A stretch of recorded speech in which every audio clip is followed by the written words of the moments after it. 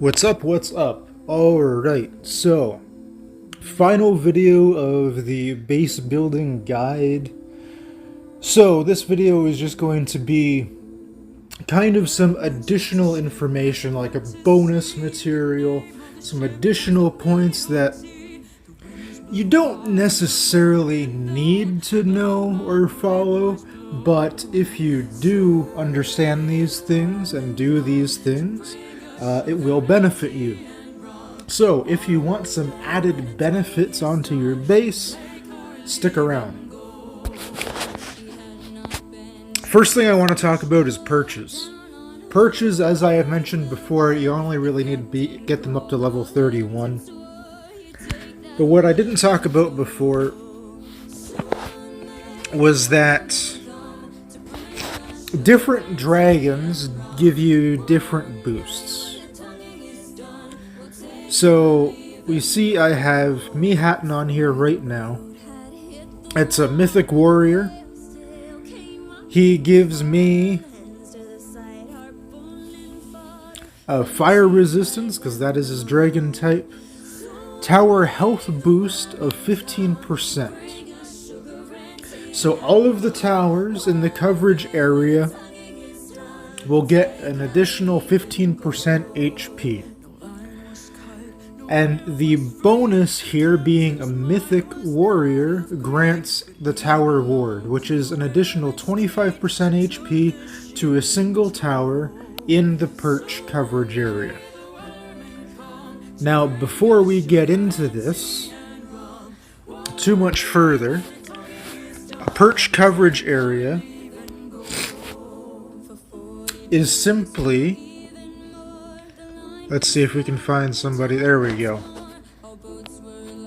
So you can see that there's islands 1 and 2.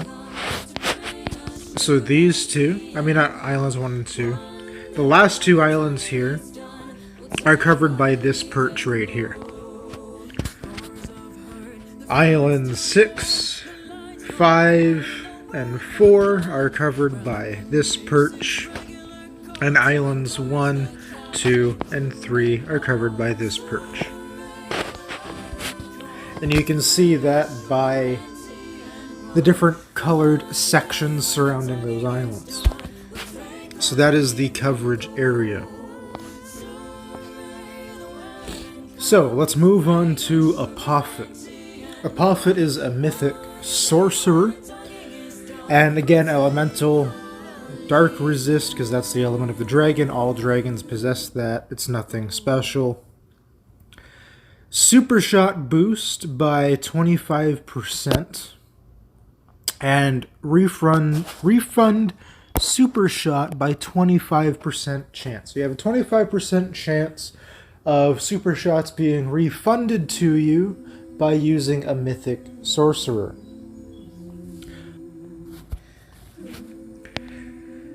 Alright, I'll just cut that part out, because that wasn't very interesting. Where did we leave off? Dragons, right. Sorcerer dragons. Sorcerer dragons. Alright, so, sorcerer dragons. Super shot boost of 15%. Basically, it's a 15% chance for a super shot to be fired twice.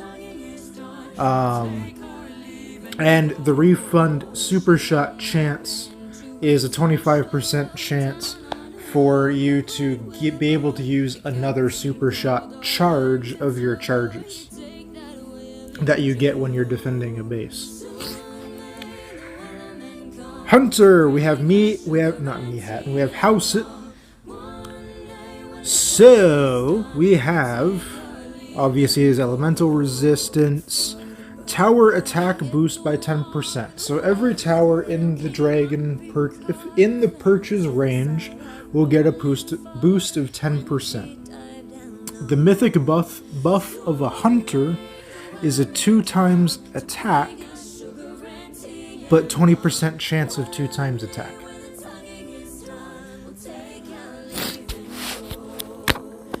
Actually, I think I just got them confused. Anyway, whatever. Hunters, attack boosts. Sorcerers, super shot boosts. Warriors, HP boosts. In a nutshell. So, let's talk about which dragon type you should have on your purchase. If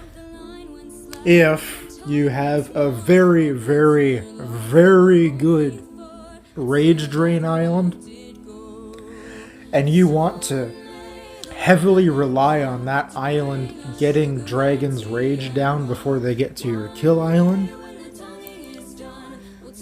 well, use a sorcerer. But that's really the only time you want to use a sorcerer. It's really the only time you'd want to use a sorcerer. The biggest ones that you'd want to use are hunters and warriors. The reason for that is just the raw HP and attack bonuses. However, the thing is, attack bonuses are good, and you can see that the dragon gives a higher attack for the perch itself, 249k versus 245k, and Apophis is even higher than that, it's 232k.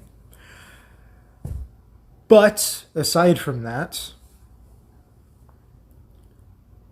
you have offensive and defensive buffs. So let's look at a tower here for a second.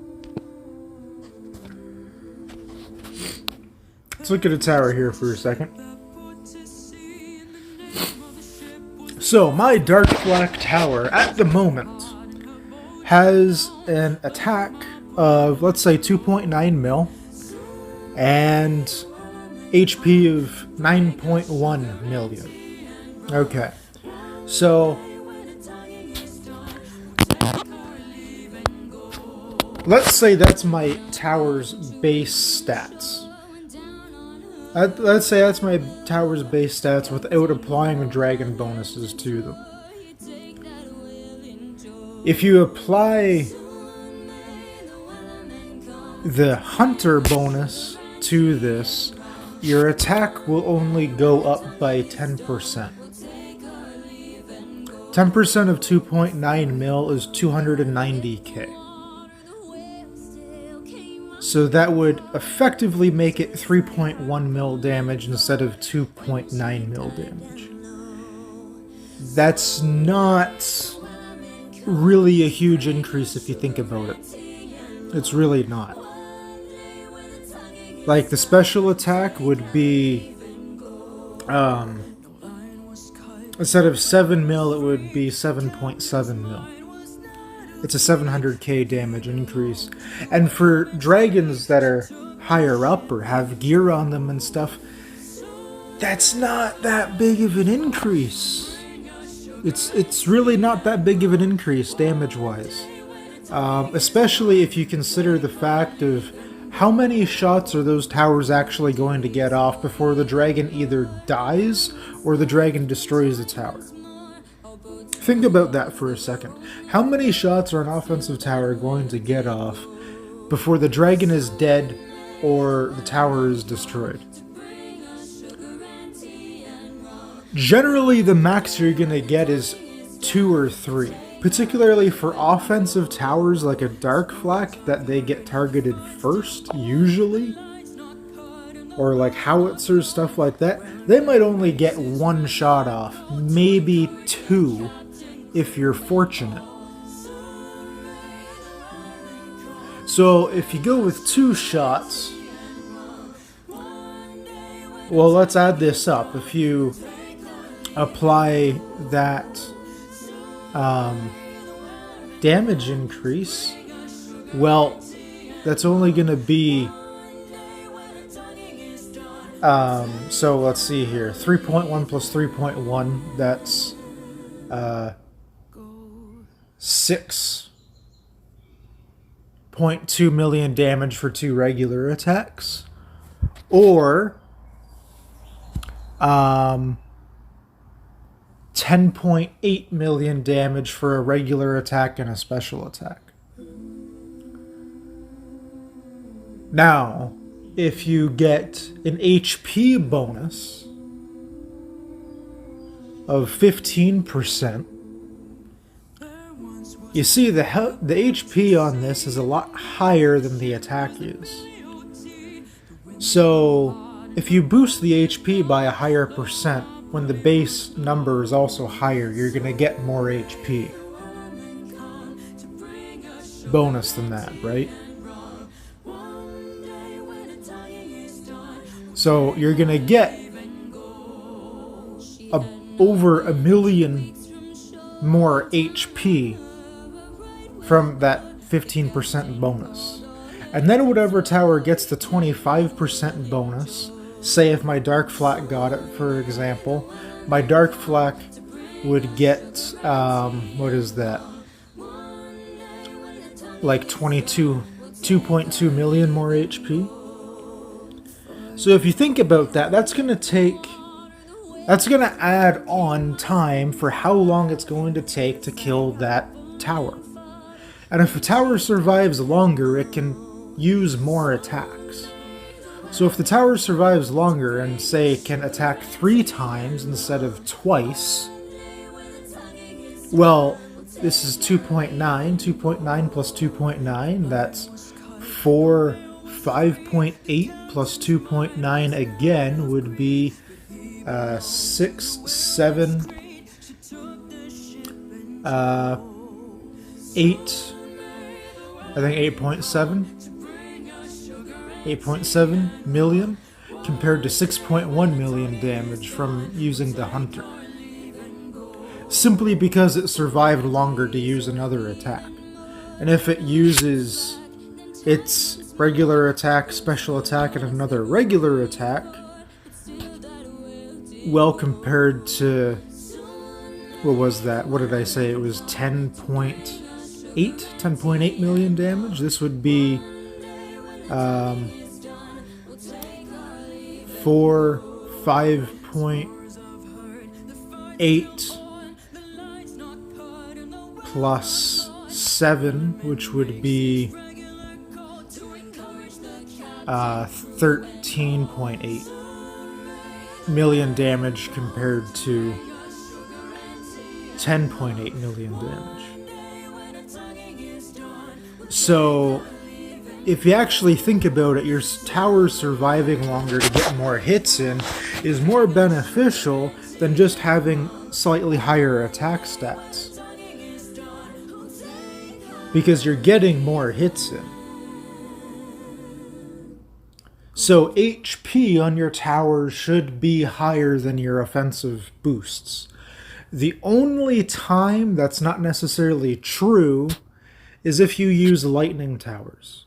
If you use lightning towers, then the boosts on those lightning towers, you might want higher attack bonuses because lightning towers are very weak.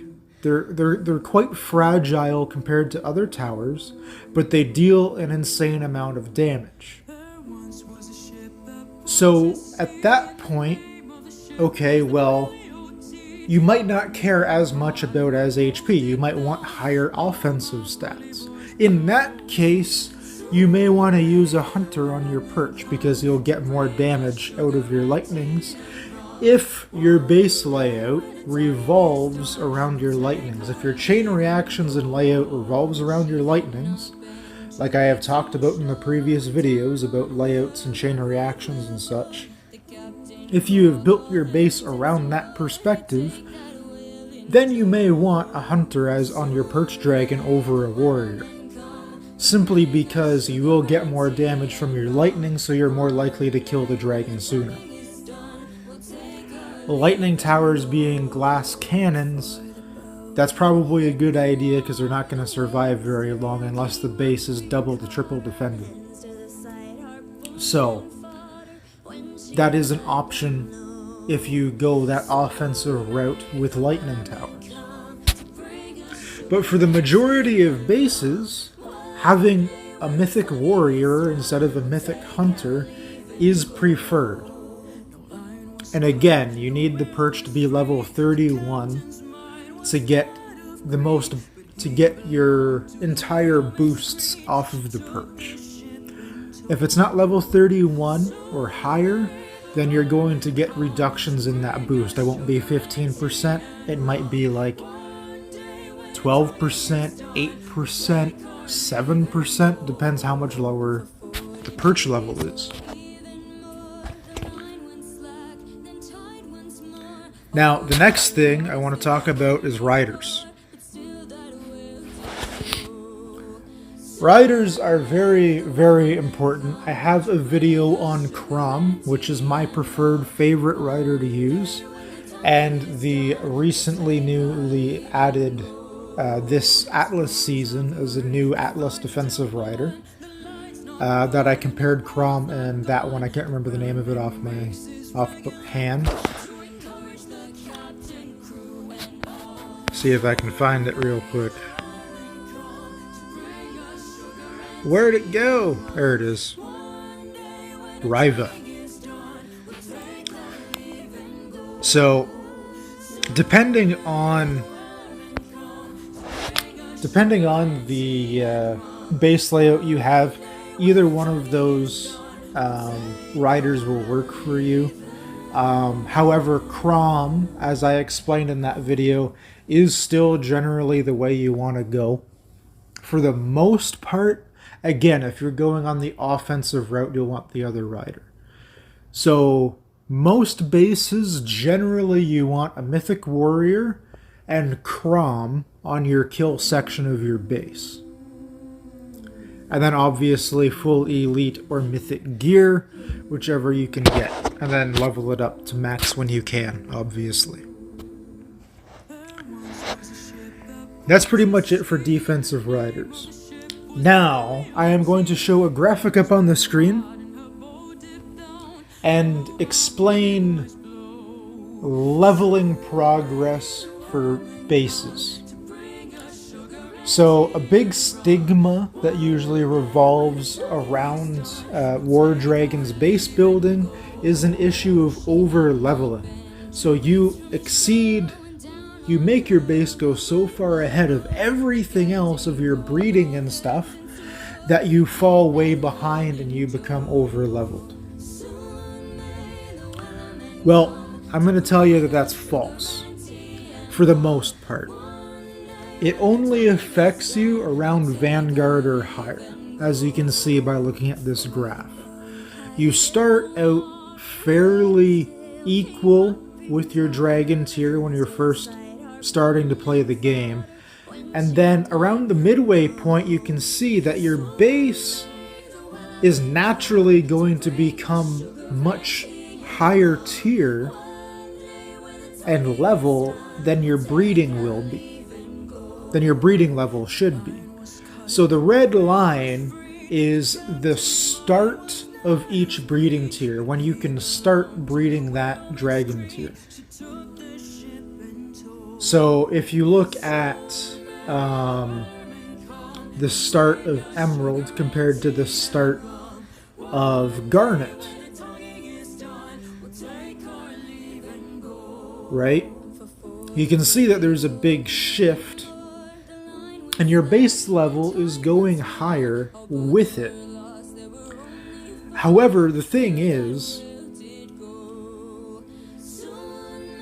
these levels for dragons from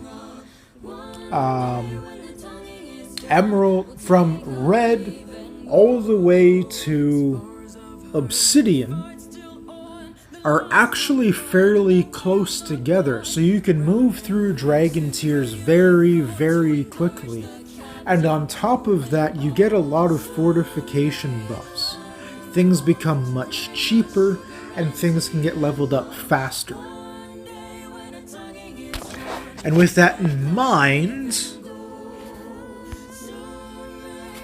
defensive riders, like the standard Atlas defensive rider, gives these building upgrade time reductions. A total of 12% reduction in upgrade time for your towers. Now, boosts like this apply to your entire base. So you don't need that rider on one particular section. All your towers, all your upgrades on your entire base will be affected by that. You don't have to worry about that. But you also get varying upgrades from the game. You actually get significant discounts just like you do when you do breeding. Okay, so yeah, as you can see, the leveling time and whatnot that you're having, as you get closer to Vanguard, a hill starts to come up in leveling time, because from the start of Harbinger to the end of Vanguard is 80 levels. And then if you include Empyrean onto that, it's over 100 levels span. 100 level plus span over 3 dragon tiers.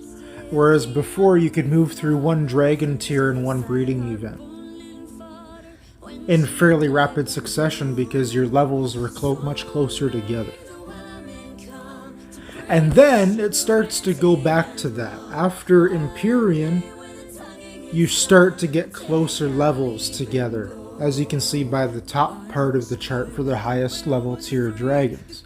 They start to become closer together and more narrow because it takes longer to level up, and you start having to slow down and kind of continue in a nice, more easy pace going forward in that. So the game forces you to slow down to push yourself up this hill. So technically, if you're not, in quotation marks, over-leveled before Harbinger, you don't have a running start to go up this hill. If you don't have a running start to go up this hill and you hit Harbinger, and all of a sudden you need to get like 60 levels to start moving forward through just Harbinger tier, it's gonna take you a lot longer.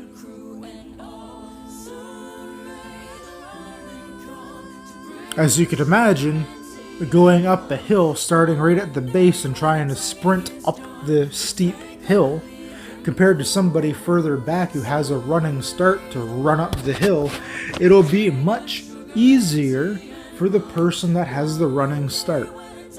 This is the same idea. You need a running start to get up that hill. You need to be over-leveled early in the game so that you can progress up this steep incline at a decent rate to play catch-up to everybody else. Because the game is designed to force you to level up faster at lower to mid levels and then slow you down back to the regular pace again. So you shouldn't be worried about over-leveling at lower to mid levels. You still can be over-leveled if you're like 150 levels over your breeding tier, you have an issue. But it's also easier at lower levels to slow yourself down. You can build other towers like turrets and stuff, whatever, and then merge them into your other towers to upgrade your towers, but you're not gaining many levels. You're only gaining as many levels as you need to upgrade the one tower and then merge it, and then you upgrade the tower again. You don't gain any real levels that way. You don't gain many levels. You can keep doing that over and over again. But that slows you down.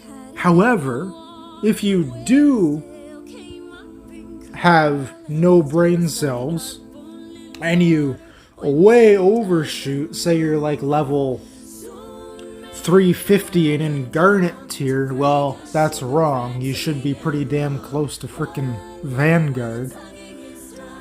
You can merge towers, upgrade a different tower and merge it into your main ones to upgrade your towers while not moving ahead in levels. That way you can catch up in breeding. But, again, that should only happen if you don't have any brain cells. Or you're leveling too fast for how many egg tokens you can get.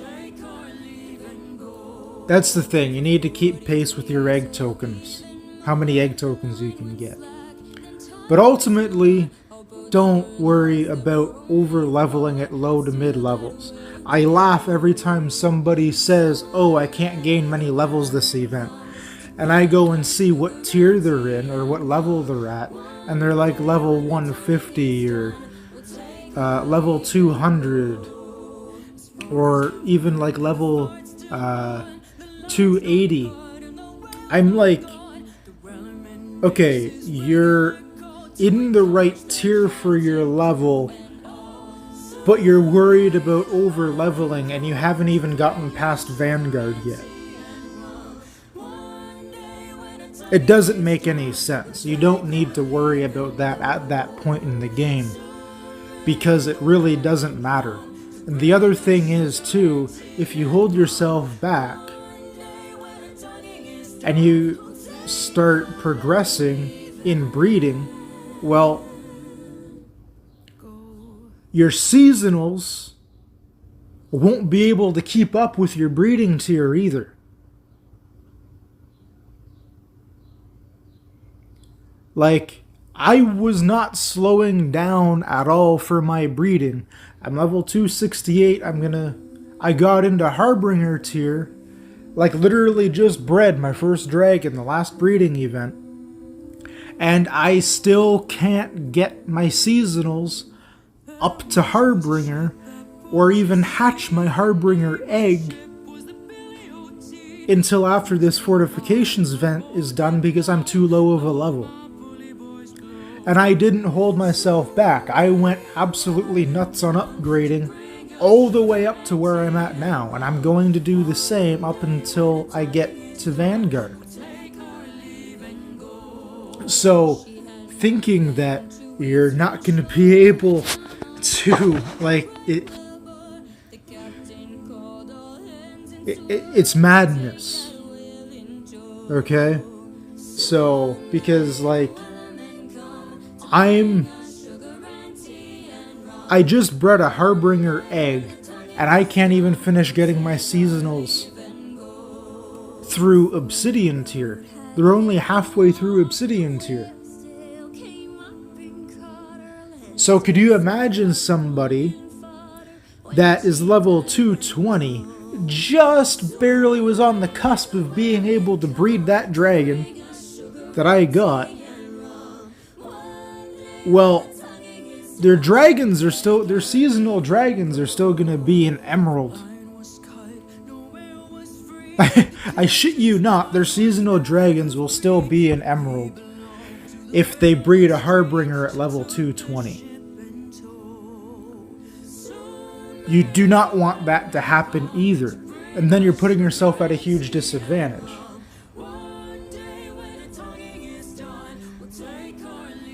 And then, now they need to get, at that point, they'll need to get, I think it's 51 levels. They'll need to get 51 levels the next fortification event just to hatch their Harbinger dragon. And to get their seasonals from Emerald to Harbinger. That's a lot of timers. That is a lot of timers. So, I mean, it's doable, but why wouldn't you just do that earlier and save yourself trying to have to play catch-up from there on out? Because once you do that, well, then you need to upgrade again. I need to upgrade again. You're continually playing catch-up at that point, and you're at greater risk to be under-leveled instead. So you're better to be over-leveled early and then become balanced out, instead of trying to be balanced out and then be under-leveled later. Alright? So, we covered dragons briefly, riders extremely briefly, but as new riders come, defensive riders come out, I'll try to break them down and do videos on them like I did with the previous one.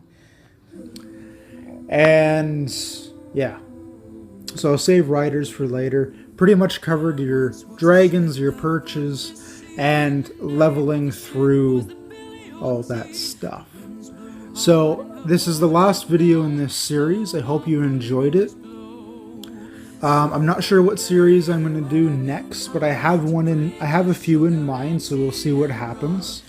I'm thinking probably I'll do an Atlas series next, an Atlas guide series to explain the mechanics of Atlas, how stuff works, etc., etc. So that'll be the next series I make. Look out for those videos. I hope this helped y'all. Have a great rest of your day. Take care, and